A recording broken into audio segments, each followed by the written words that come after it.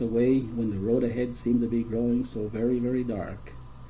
Visions that I thank him for continuously, for without them, Yahweh alone knows where I might be now.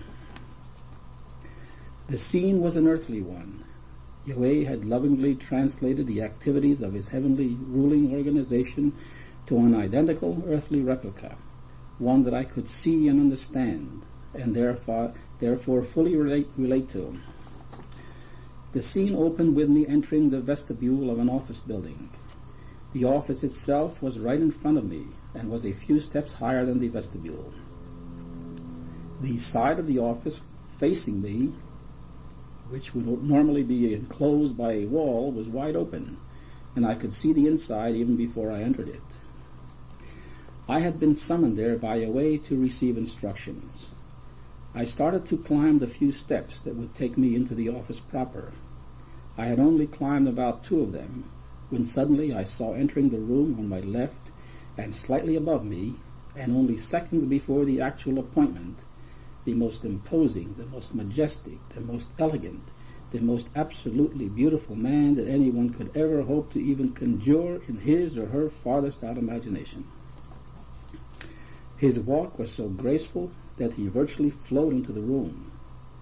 This suggested a muscular coordination unseen and unheard of by modern man. His carriage was straight with the straightness of perfection, reflecting an air of complete and total righteousness.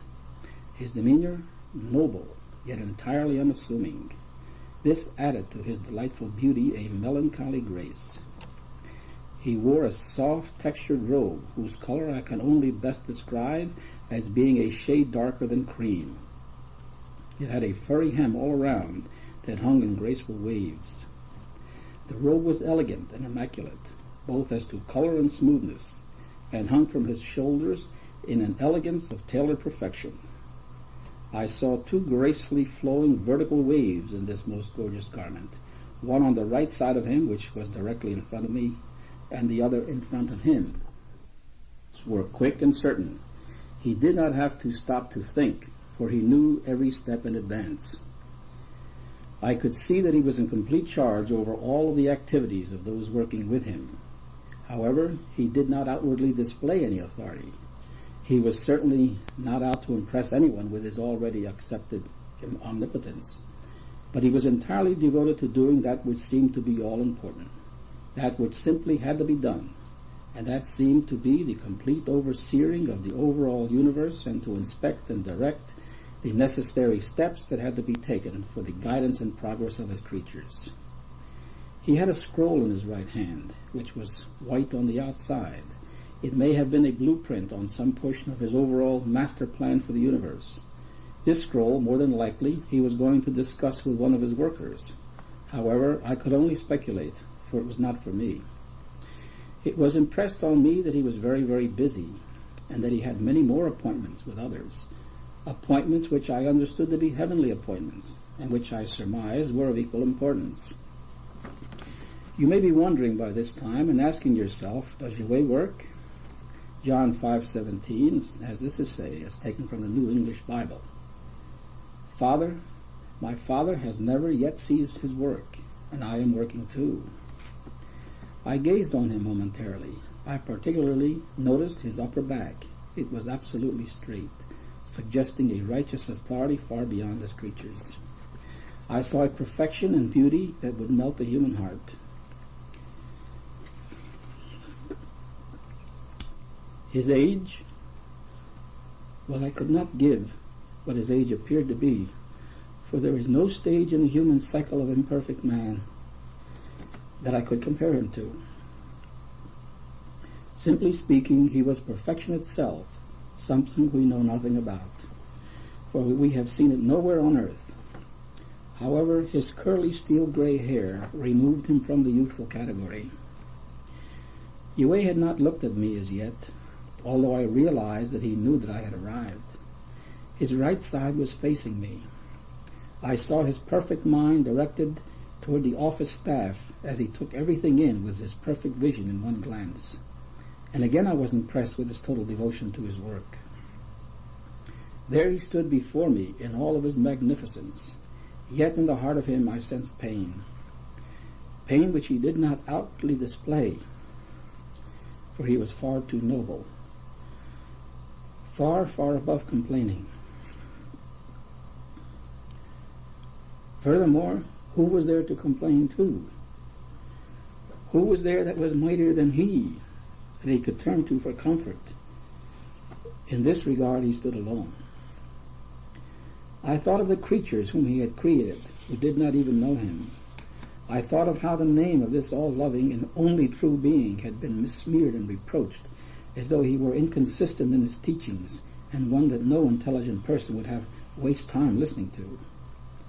I thought of the Israel of the flesh, and all that he had endured with them. I thought of present-day Israel, and the indignation that we both shared, which was the reason that I had been summoned there. Yes, pain had become a part of him, and he had accepted it for our eventual blessings. He had learned to live with it, if I am permitted to use this earthly term.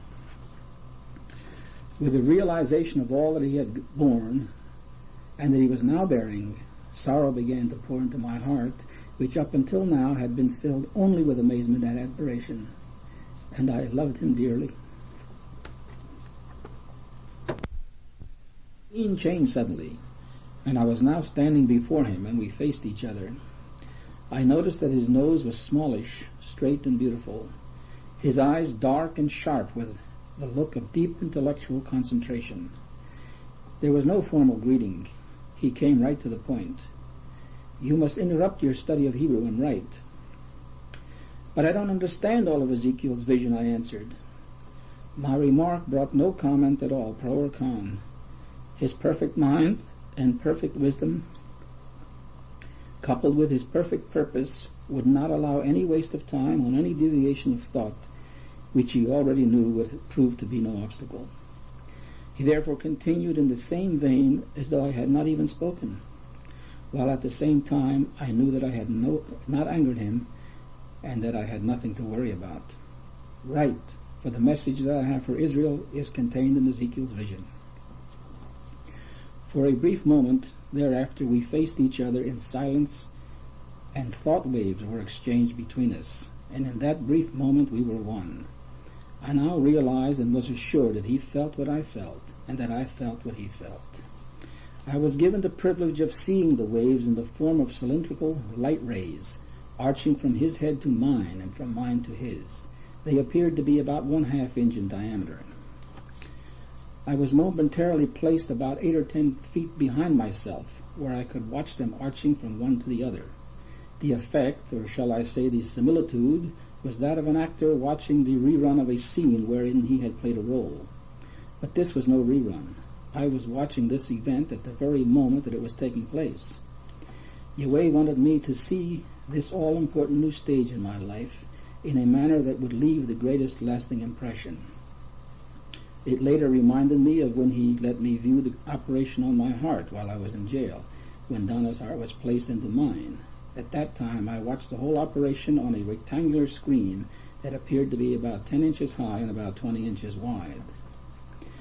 During this brief interval, I felt greatly relieved, and it was so comforting to know that I was in the presence of Yahweh, the Supreme Judge, who not only understood my feelings, but shared them with me. I now understand myself even better. I realize now that any indignation I feel in my heart does not stem from any biased opinions that I may harbor. I now fully realize that when I spoke to Israel that it would be Yahweh speaking, and Yahweh would be correcting them. I noticed also that Yahweh was brief, direct, and thorough. There were no wasted words. There was no wasted time.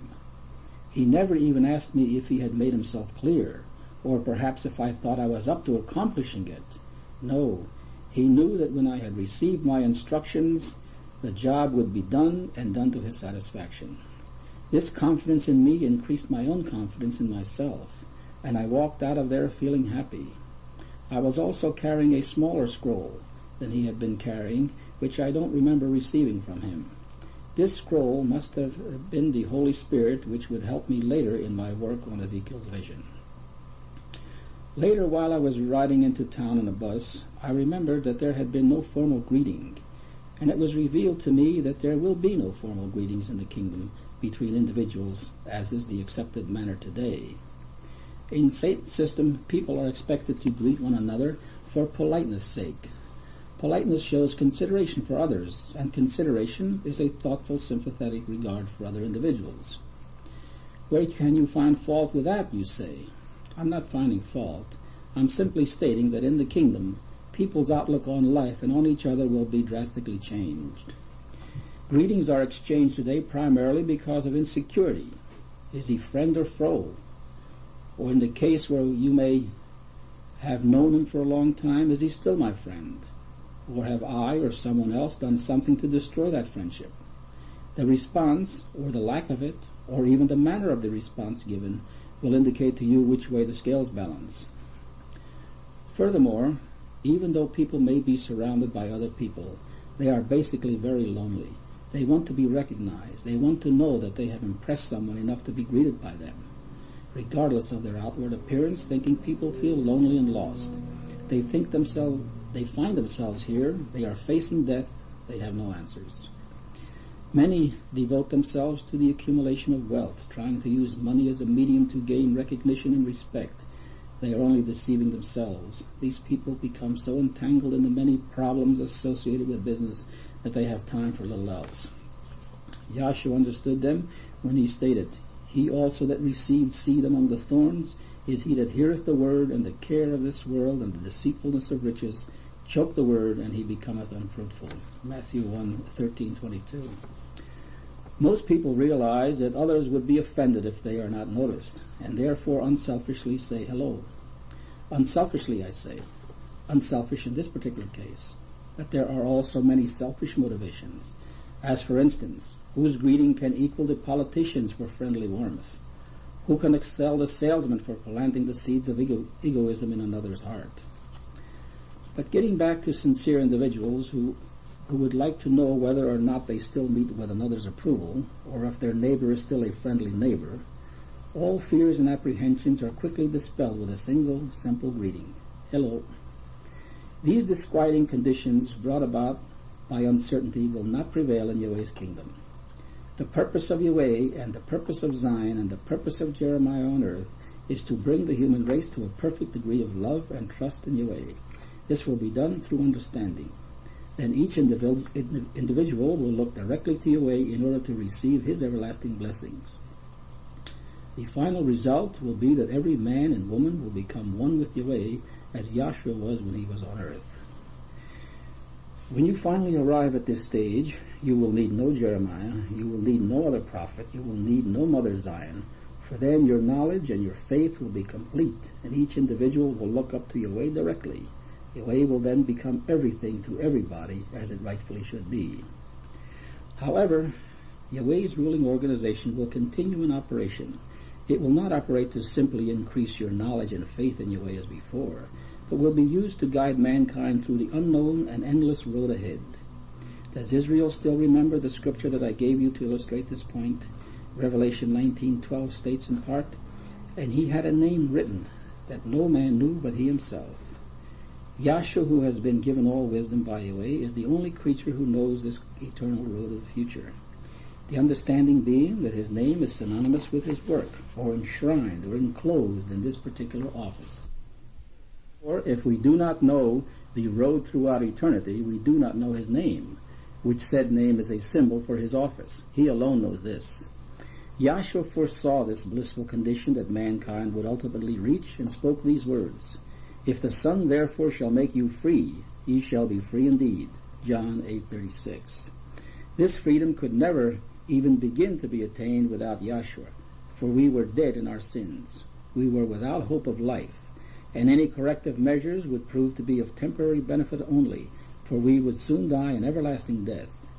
Yahshua, who paid the price for our inherited sin by dying an everlasting death as a man on our behalf, has freed us from the curse of sin and death. This was by far the greatest news the human race could ever have received, although Israel fully understands the price, the love, and the justice involved.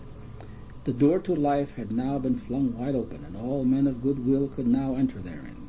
Enter ye apostles, enter ye prophets, enter the high and the lowly of Israel, and the stranger that is within the gates of Israel, enter ye also. Pertaining to this good news, the prophet Isaiah was inspired to write these words: "The people that walked in darkness have seen a great light.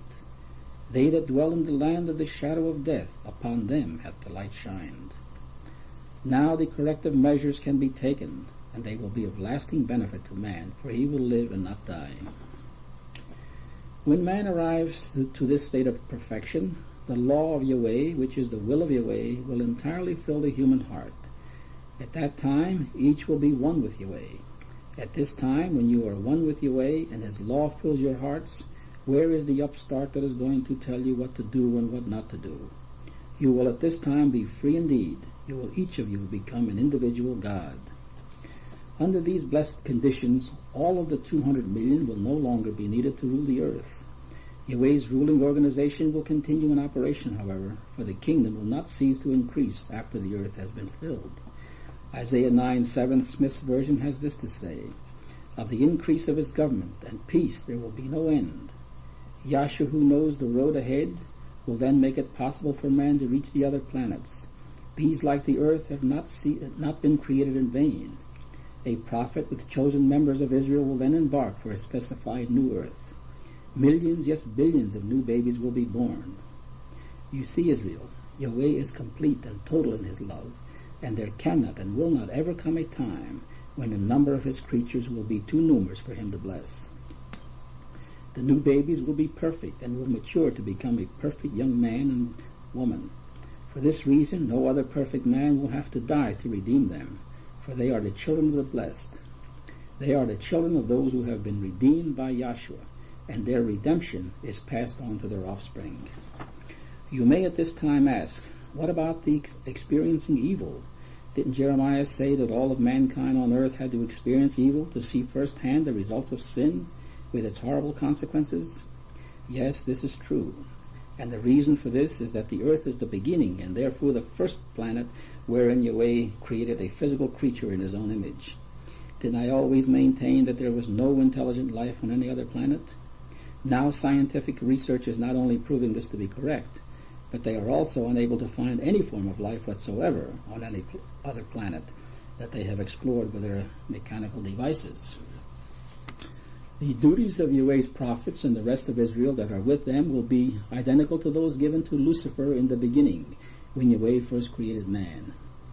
Yahweh will not have to issue orders to the new creatures directly as He did with Adam and Eve, for He knows that Israel can be fully trusted to carry out His purpose. Israel's duties will consist of guiding all of the newly created people, and I do mean created, for Yahweh will have a hand in it, in the ways of righteousness. They will be able to offer first-hand information as the results of sin and disobedience. They will also, by this time, possess first-hand information as to the results of devotion and obedience to Yahweh. Then you may also ask, what about those who choose to disobey? For we have been told that all men have been created free moral agents and can follow their heart's desire and do as they see fit. Many will disobey, and they did as they did on the earth, and there will then be death throughout eternity. No, emphatically no. Yahweh does not waste time on anyone or anything that will not benefit the progress of His all-righteous purpose. When man first disobeyed, Yahweh had to fully demonstrate all that was involved in following a course of his own choosing. And although man had been given the power to reproduce, Yahweh would still have had to oversee that reproduction process. Yahweh did not do this, for how could He bless and guide open and willful disobedience? Because of this, many were born who should never have been born. However, Yahweh did see that His righteously disposed creatures were born, and He marked these. The infinite wisdom of Yahweh had decreed that these righteous ones were to be dragged through a world of hate, chaos, death, and all manner of excruciating pain, both physical and spiritual, in order that they might become an eternal foundation of enlightened, educated, professional rulers who would have all of the answers for all succeeding generations throughout eternity. Yes, Yahweh knows all things at all times. After the 1,000 years, He will know those who are to be born to obey, and also those who without His guidance might be born to disobey. Listen to what He told Jeremiah centuries ago. Then the word of the Lord came unto me, saying, Before I formed thee in the belly I knew thee, and before thou camest forth out of the womb I sanctified thee, and I ordained thee a prophet unto the nations. Jeremiah 1:4-5. Do you suppose that Yahweh knew Jeremiah because he was to be someone special in his plan, and that there were others whose course in life he did not know? Do you suppose that there are those today whom he does not know? Never. Don't even begin to entertain such thoughts. Yahweh knew the course that his creatures would follow before the beginning of creation, and if someone would have asked him even before that, had there been someone around, he would have told them exactly the way that it would go. Yahweh knows the course of those who are to be born, and also those who might be born were there to be no guidance in creation. Those who would be born to disobey will simply not be born. Israel will be dealing with a responsive race of people who will flourish under their righteous guidance. I can see the beautiful faces of the children as they listen in rapt attention.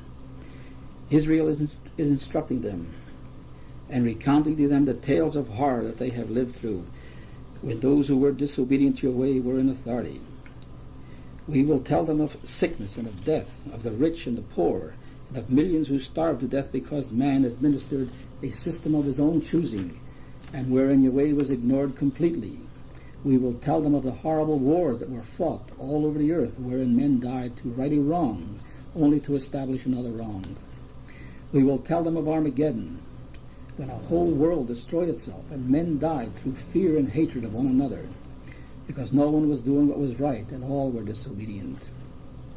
We will show them films of Armageddon, wherein whole cities were blown up, and the decaying bodies of billions of men and women of all ages and races scattered amidst the rubbish of the fallen cities. We will tell them of how unjustly Israel was treated and persecuted for standing up for Yahweh and for his kingdom, and for trying to tell the people of Satan's world to abandon their wicked ways and become submissive to Yahweh. Yes, Israel will go on, giving the children first-hand information because they lived through it all. You will look into the children's eyes, and they will be filled with a new expression, an expression of love and sheer admiration that is akin to worship. Yes, these righteous-hearted children will understand both good and evil, for they will have spoken to those who have lived through it. The children will never be abandoned to their own devices, where they may embark on a course of unsupervised adventure, wherein the seeds of wrongdoing may be planted and take hold of the child and possess him.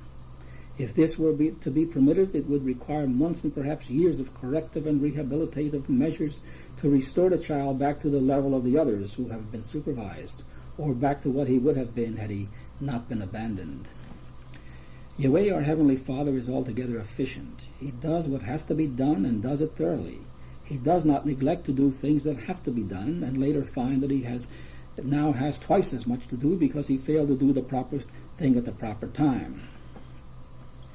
The children will actually love and appreciate the supervision. They will feel secure and wanted. They will feel fulfilled in displaying their skills in games before admiring, appreciative adults. Yes, long ago Yahweh lovingly gave this admonition: train up a child in the way he should go, and when he is old he will not depart from it. Proverbs 22:6. During the 1,000 years, this advice will prove to be 100% successful with the righteous-hearted only, and not with the wicked. After the 1,000 years, it will prove to be 100% successful for all. The instructions given to typical Israel were never taken seriously by that nation as a whole. But the Israel of promise will fulfill Yahweh's every wish. Listen to Yahweh speaking to Israel. Hear, O Israel, the Lord our God is one Lord, and thou shalt love the Lord thy God with all thine heart and with all thy soul and with all thy might. And these words which I command thee this day shall be in thine heart, and thou shalt teach them diligently unto thy children, and shalt talk of them when thou sittest in thine house, and when thou walkest in the way, and when thou liest down, and when thou risest up.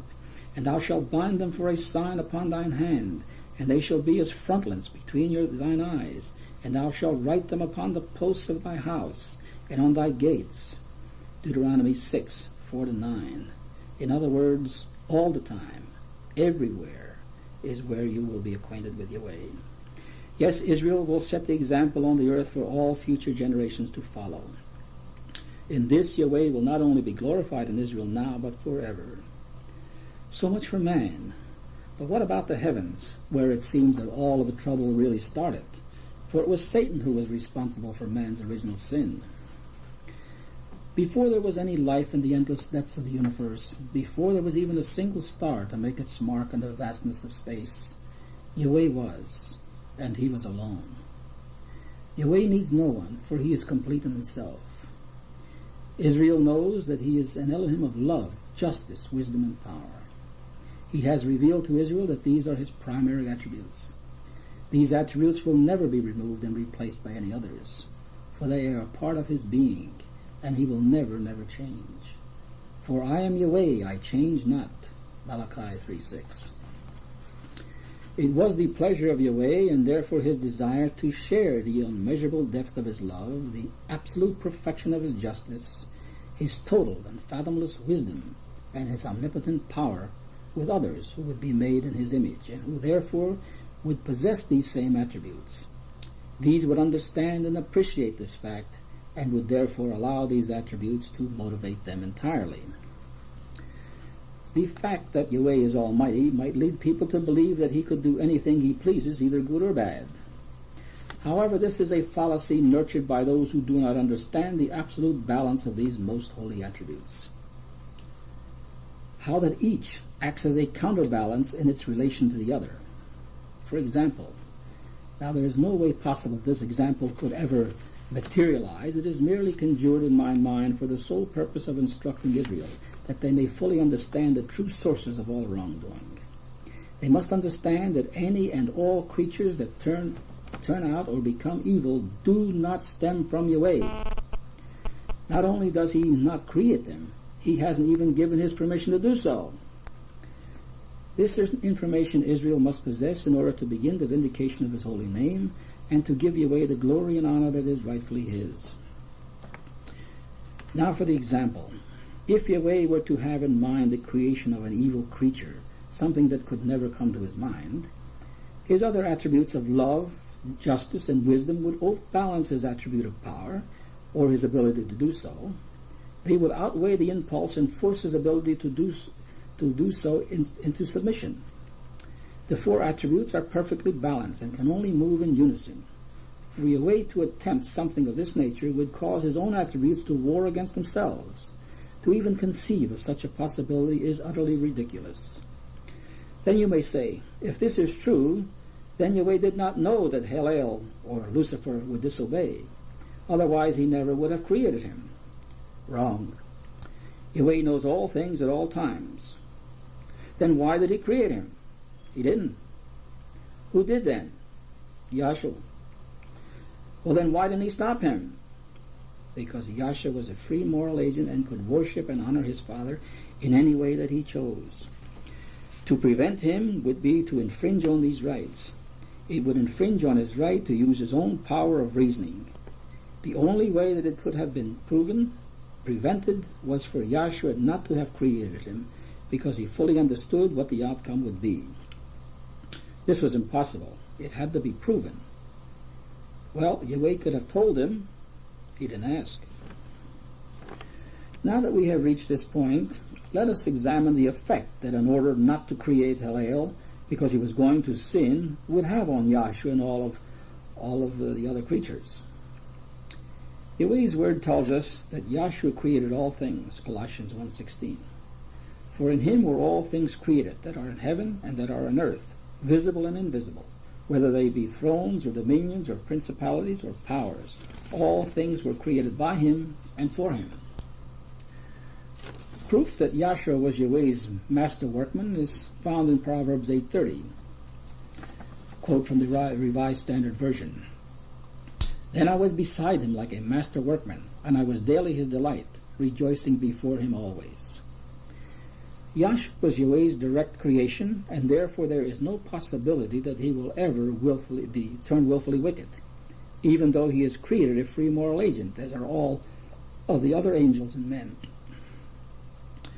The certainty of this statement is simply based on the fact that Yahweh knows the hearts of his creatures, and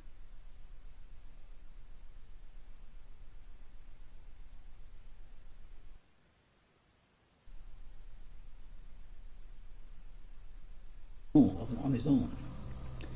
Yahshua was, is, and shall always be a loving and devoted son. Yahweh is absolutely certain of this, and he demonstrated this trust when he endowed his son with all power and all wisdom, making him the express image of himself. Israel, stop and think. Can you contemplate the magnitude of the rebellion that Yahweh would have to face if his enemy were all-wise and almighty?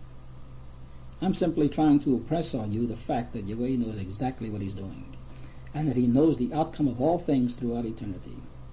If he were not all-wise, as we are not, if he did not know the future, would he have taken such a giant step and given all things over to Yahshua? Certainly not. Because Yahshua has such a beautiful heart, everything that he has done and is now doing and will ever do in the future was, is, and shall forever be for the glorification of Yahweh, his all-righteous Father, from whom all things came into being. Yahshua was given the power to create from the earliest beginning, and he created all things, his Father Yahweh having created only the Son. Yahshua was a skilled workman and a devoted son. He followed his Father's wishes in the manner that all things were to be created, and all was perfection.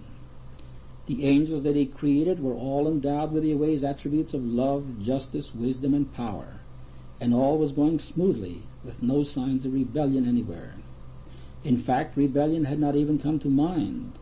Yahweh and his beloved Son had discussed the creation of man even before he created Hillel, for he was created for this very purpose of supervising man, as Ezekiel 28:13 suggests. For this purpose, and for the glory of his Father, Yahshua created an angel that surpassed all of the other angels in wisdom and beauty. Hillel was Yahshua's masterpiece. He would certainly bring glory to Yahweh.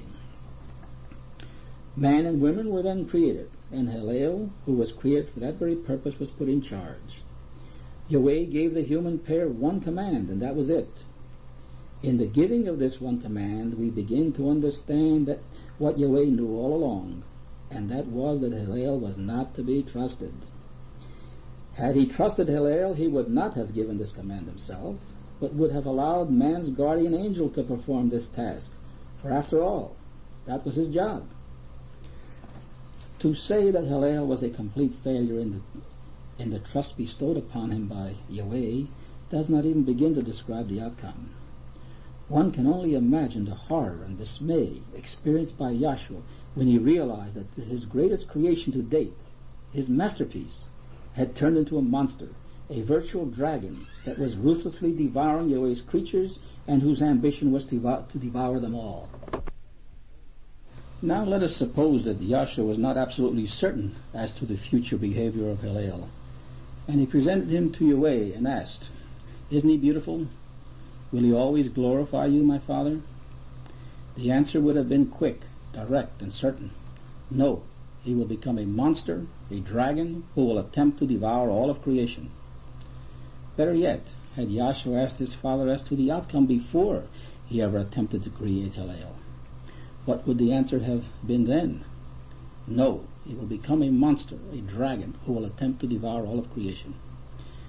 If Yahshua had asked and found that the wishes of his Father were that he did not create Hillel, Yahshua would certainly not have created him, for he was an obedient son. But how would Yahweh have convinced Yahshua and the angel that he was correct in predicting the future behavior of this creature that he has not as yet created? Would not creating him have increased their faith and trust in Yahweh?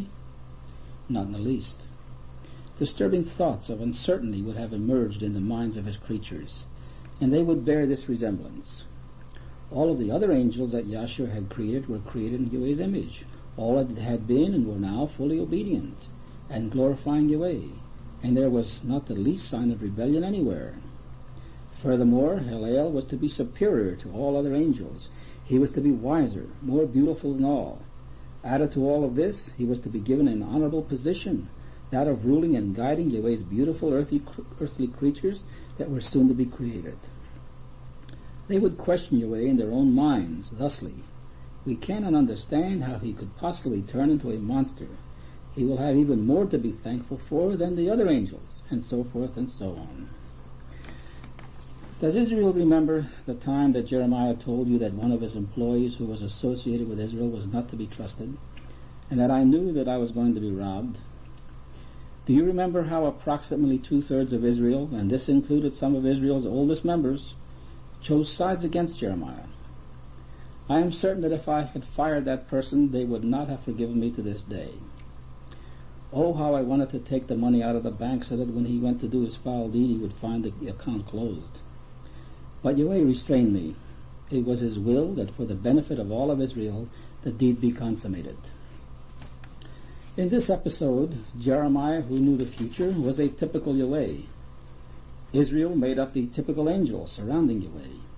The way that Israel reacted was exactly the way that the angels would have reacted had it not been proven to them. Yahweh, who is all-wise, made no direct accusation against Satan, for it would have proven nothing, and would only have caused confusion amongst the heavenly host. There stood Hillel in all of his beauty, singing the praises of Yahweh with Yahshua. Anyone looking upon him must have concluded, he is the greatest. Jeremiah, however, did cause confusion in the organization by speaking out. But this was the will of Yahweh, for the issue had to be settled quickly, and Israel was not to wait until after Armageddon to prove that Yahweh was with me. One incident that I would like to touch on briefly is the insight and attitude of Esther throughout the whole ordeal. She was every bit as indignant as I, and even more upset than if she were going to be robbed herself. Of course, no final judgment has been passed by Jeremiah on this person. Should he have a change of heart, he will have to prove his righteous intentions by following the instructions that will be detailed in the explanation of Ezekiel's vision. Now to get back to Yahshua and Hillel. Yahweh is all-wise. He knew that verbal exhortation would have done nothing to convince them. Proof could not be given with mere empty words. He therefore wasted no time, for Yahweh never wastes time. And he took the only course and the shortest shortcut to the final and complete solution, a solution that would altogether satisfy the hearts of all his righteously disposed creatures. He simply and quickly removed himself, and let the course believed by his creatures to be correct proceed.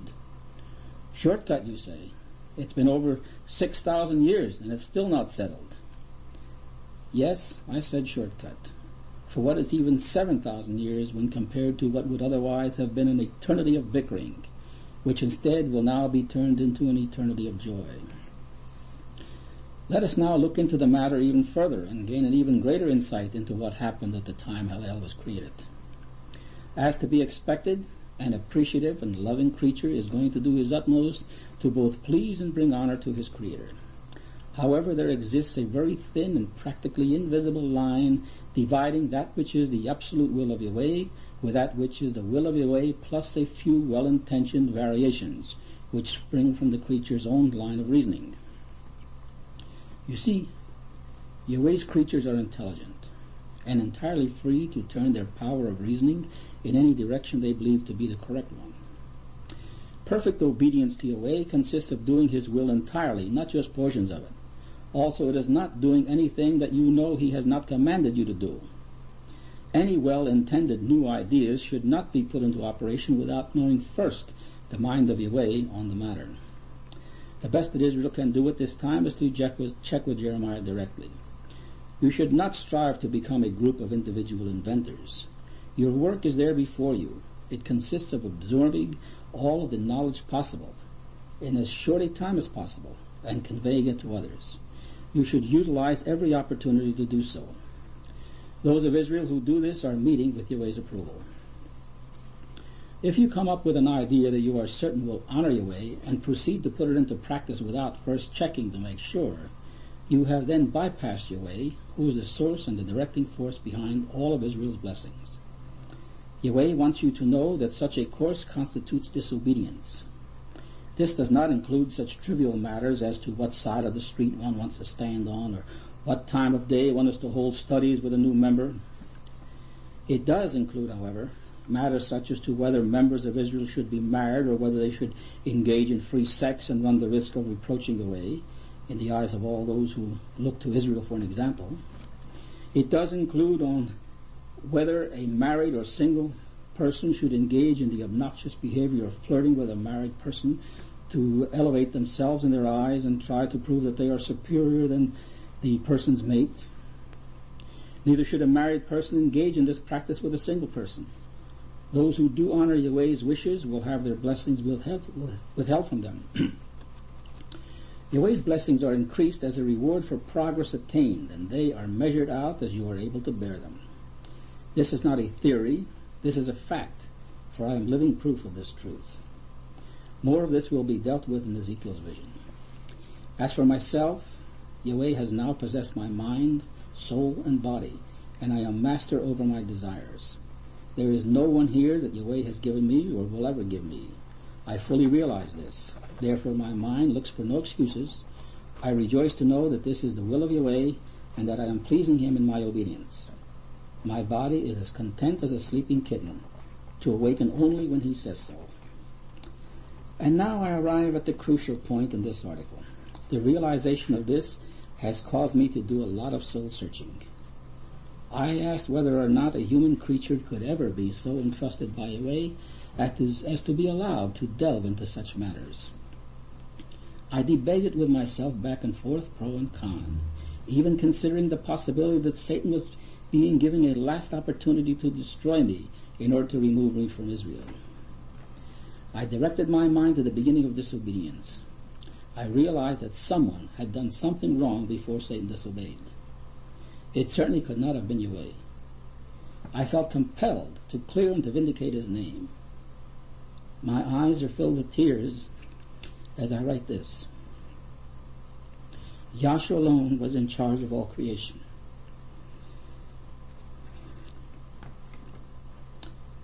But how dare you even let your mind dwell on such a possibility?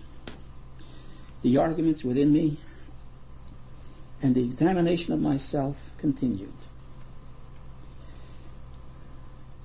The understanding that forced me to go on was that no evil could ever possibly have been created by Yahweh, and that his name had to be entirely disassociated from all forms of failures and evils, intentional or otherwise.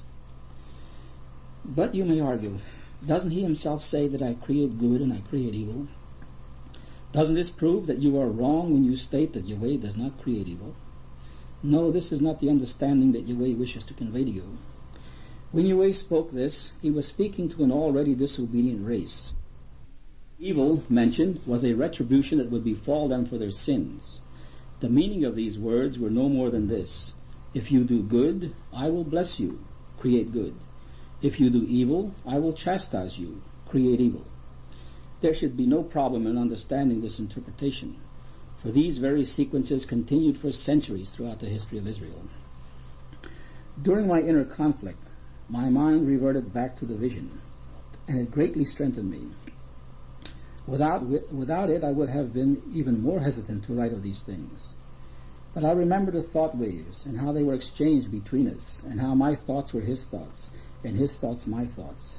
And I slowly realized that I had been ordained to write whatever I was certain of, for Yahweh was one with me. I then began to realize also that the promise recorded in Jeremiah 15:19, you will be as my mouth, had begun to be fulfilled. Yahweh, who is all-wise, has the road planned ahead for all his creatures. When therefore a creature does anything along the way without first checking every detail with Yahweh, it must be, regardless of his intentions, be regarded as disobedience, and he will have to face the consequences. Yahshua, who created Hillel, with the most honorable of intentions and for the glory of the Father, failed to check every detail with Yahweh. This was certainly not deliberate disregard for his Father, for no one could love his Father more than Yahshua loved Yahweh. There simply seemed to be no need for it. It did not even come into mind. After all, wasn't Hillel being created in Yahweh's image? Wasn't he being blessed above all the other creatures? Furthermore, such a thing as rebellion had been unknown until then. That which has now taken place is that which Yahweh knew all along would take place with his intelligent creatures. That is, that sooner or later, when the creature thought he had all the answers, he would substitute his own line of reasoning in place of the overall wisdom of Yahweh. Israel, stop and think.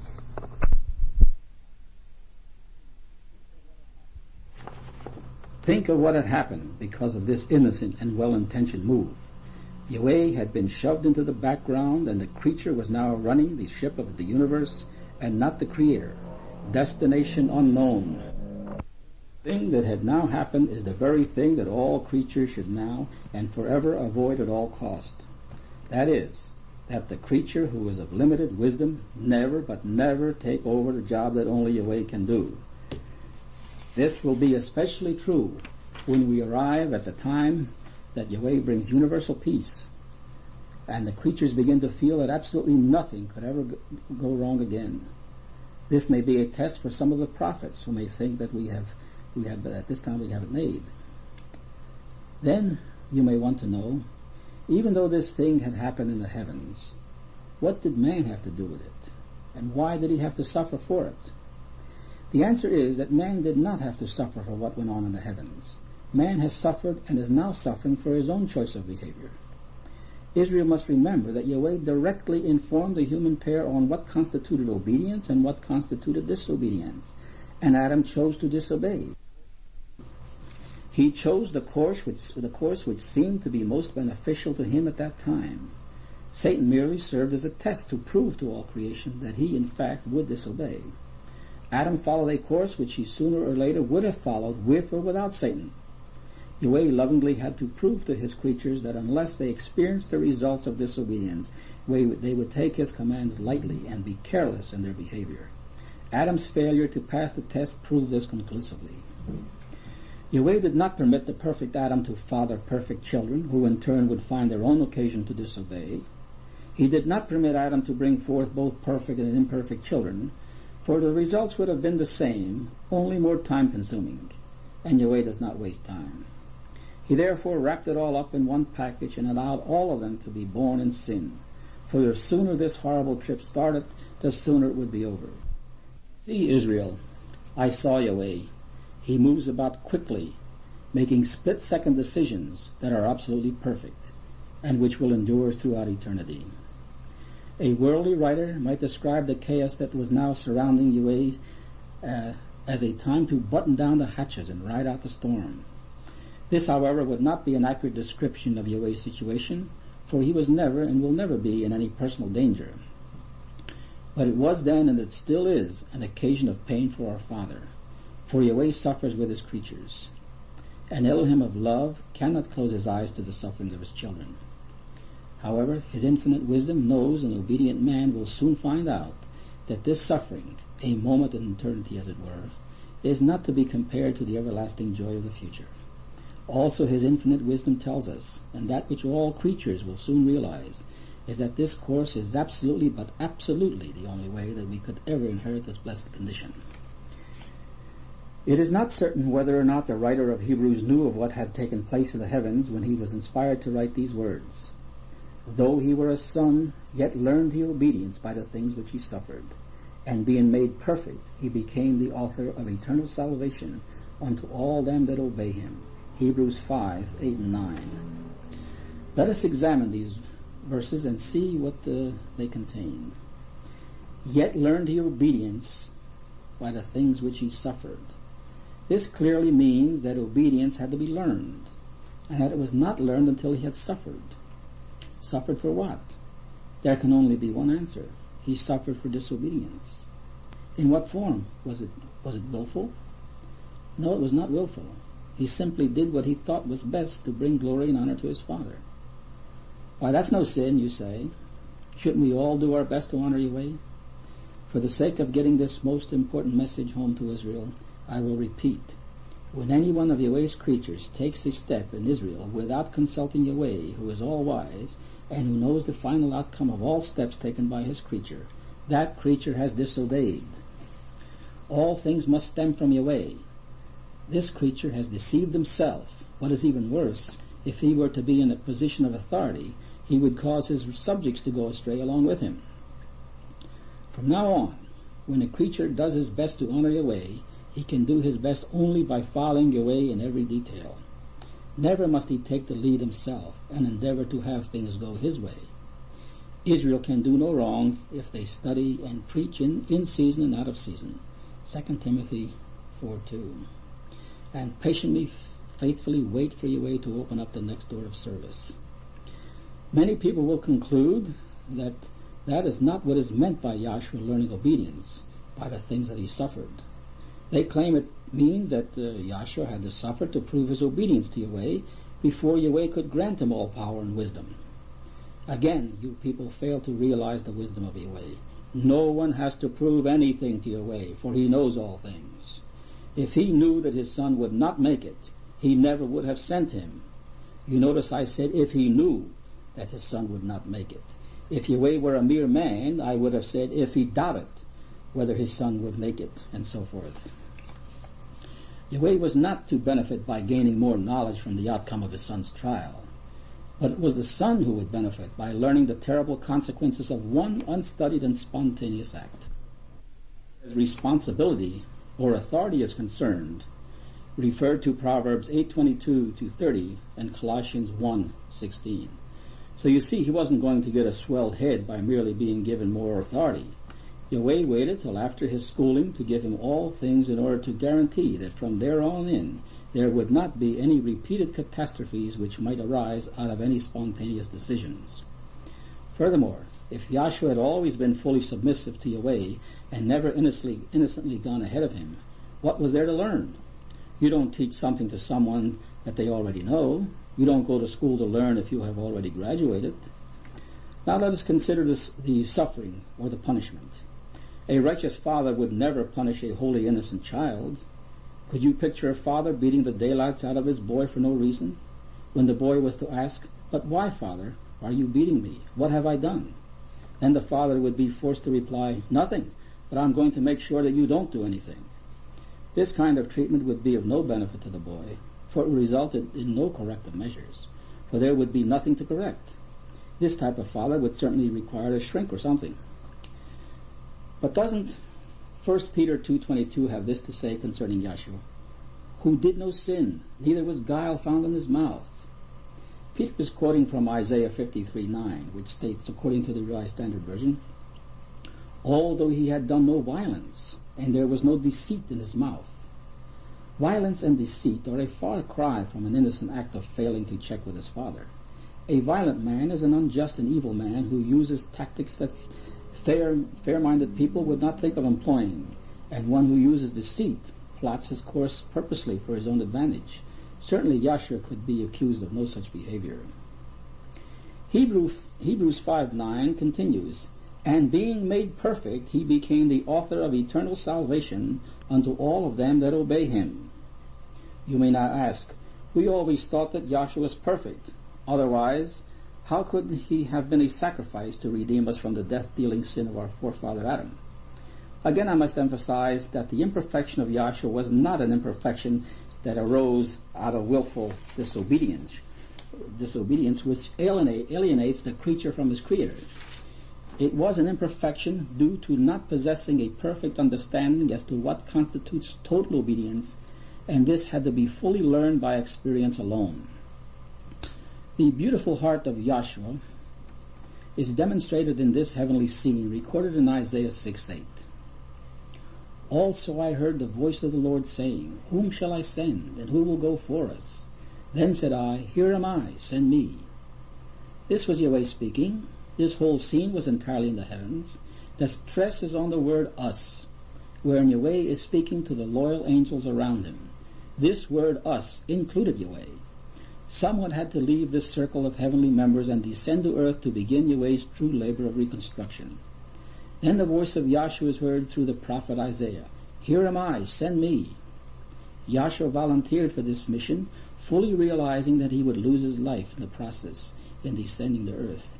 The work of reconstruction began by the one who, with the supervision of his Father, had first made man. The preaching of Yahshua was the beginning of the testimony of the Israel of promise. He was also made the cornerstone of Yahweh's loftiest organization, Zion. The work started by Yahshua was continued by his body members, the first of which were the apostles, until finally the remnant of his body, organized the Watchtower Society of Jehovah's Witnesses. Their work ended in 1945. Zion, which had been established in 1917, had now begun to bring forth children. The first of these was the children of the remnant pictured by Manasseh, the first son of true Israel, Joseph. The earthly work started by those destined for a heavenly calling was now aided by them. With the parting of the remnant from the earth, Manasseh began to become confused. Yahweh had not altogether abandoned his people, however, for he began to call forth his prophets. Jeremiah, the eldest of these, was told in substance to evaluate the knowledge accepted by his people thus far, and to retain the truths and to remove the errors. When this had been done, that he himself would be ready to be restored to Yahweh's service. Simply removing the error, however, did not terminate that particular phase of the work. The error had to be corrected and properly interpreted as Yahweh intended for it to be. Thus Jeremiah took many years to understand all that Yahweh was revealing. The timing was perfect, however, for there was an abundance of spiritual food prepared to nourish Ephraim when he was born. What is the work that Yahweh began and that is completed by Ephraim? Let Isaiah 6, 9, and 10 tell you. And he said, Go and tell this people, hear ye indeed, but perceive not. Make the heart of this people fat, and make their ears heavy, and shut their eyes, lest they see with their eyes and hear with their ears, and understand with their heart, and convert, and be healed. Israel understands that Yahweh's work is not a destructive work alone, for he does gather his people at the same time.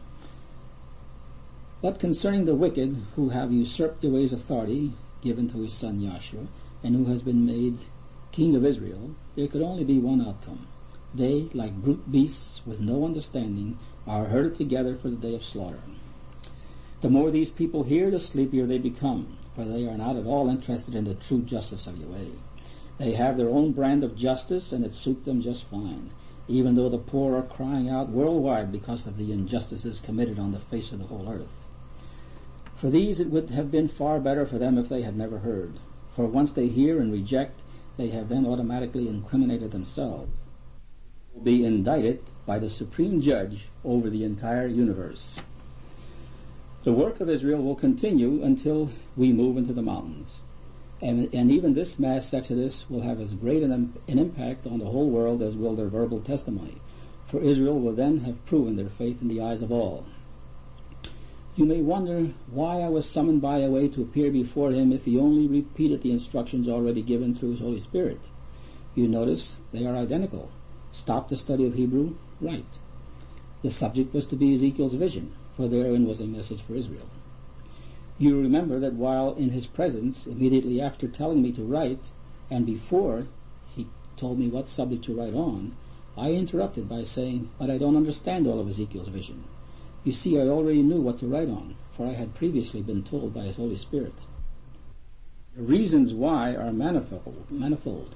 Firstly, getting two sets of instructions which were identical from two different sources sealed my convictions that this certainly was the will of Yahweh.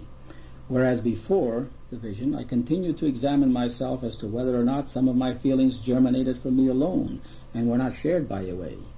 Yahweh knew that I definitely had to know, and he provided the only different aspect of the two sets of instructions that I needed most desperately, and that was that he proved to me that he was with me. I understood that the time had now arrived when I was to be restored to his service, for I had gone through the paces and passed the necessary courses of experience, instruction, and correction, and that I was now fully his, and I could begin to stand before him and be at his mouth. The meeting was a sort of finalization of a previously negotiated contract wherein I was to be restored to his service. And because it was his service, he honored me beyond any privileged blessings of any of his creatures could ever hope to be granted. And that was for me to appear before him personally. O Yahweh, what have I done to receive such blessings? No one in heaven or in earth can now dispute the authority given to Jeremiah by Yahweh. I know that even the angels are rejoicing over this step taken by Yahweh. For at the death of my baby, which shortly thereafter started me searching into the mysteries of life, I was awakened from my sleep by the voices of singing angels, a most beautiful heavenly song. I sat up in bed and leaned to the right in the direction of the voices, and then their beautiful voices changed direction, and I heard them coming from the left of me, and then from the right to left, repeating the change in direction several times. No human voices could have ever changed direction in an instant, from one side of the house to the other, in the time that it took for me to lean my body from right to left and from left to right. Furthermore, all of Israel must come to realize this. Also, that no service will be accepted by Yahweh from any individual who does not show the proper reverence for Yahweh by wholly accepting Yahweh's choice of Jeremiah as earthly head of his organization. Refer to Jeremiah 15:19, Jeremiah 1:9 and 10, Daniel 4:17, Rotherham, and Psalm 17:1. Bible interpreters claim that this last scripture was fulfilled in Solomon. There was no fulfillment in Solomon whatsoever, for he lived in the age of types, and what's more, he fell away altogether in the final stages of his typical reign.